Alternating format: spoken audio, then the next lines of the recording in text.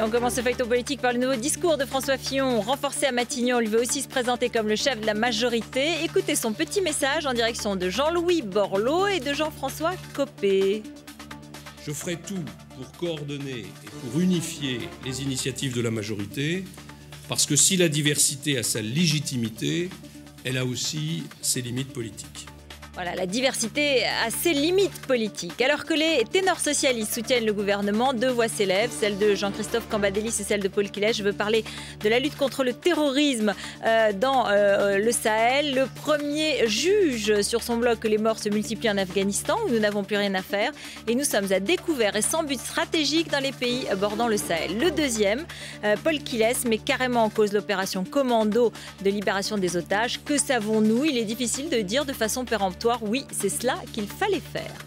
Souvenez-vous, c'est le vert Gabriel Cohn-Bendit qui avait lancé le premier l'idée. Il ne faut pas de candidat vert au premier tour, sinon la gauche risque de ne pas être au second tour en 2012. Hier, le socialiste François Hollande lui a emboîté le pas. Le mieux, ça serait de n'avoir aucun candidat écologiste. Et un candidat commun, donc, écologiste-socialiste, dès le premier tour à l'élection présidentielle. Voilà, François Hollande qui monte. En un mois, il a gagné 13 points au sein de l'électorat PS, d'après un sondage IFOP. François, loin derrière Dominique Strauss-Kahn, mais à la deuxième place, devant Martine Aubry et Ségolène Royal.